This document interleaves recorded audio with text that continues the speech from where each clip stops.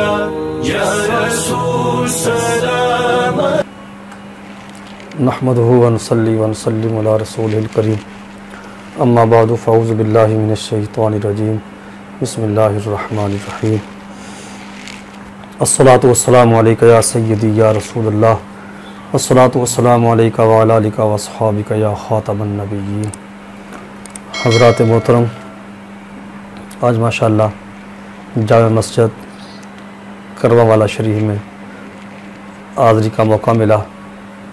चंद महीने पहले भी हाज़री हुई, तो आज माशाअल्लाह दूसरी हाज़री है।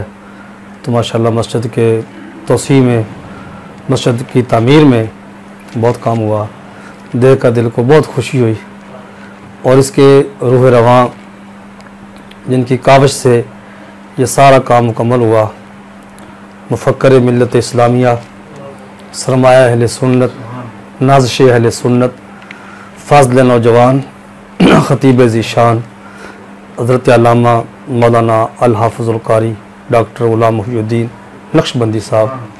दुआ है कि रब्बिल लम यज़ल यानी कि इल्म व अमल में दिन 11वीं और रात 12वीं तरक्की अता फ़रमाए और इनके सदक़े से हमारी बख्शिश फ़रमाए और इस दीनी काम को मज़ीद आगे इजाफ़ा फ़रमाए।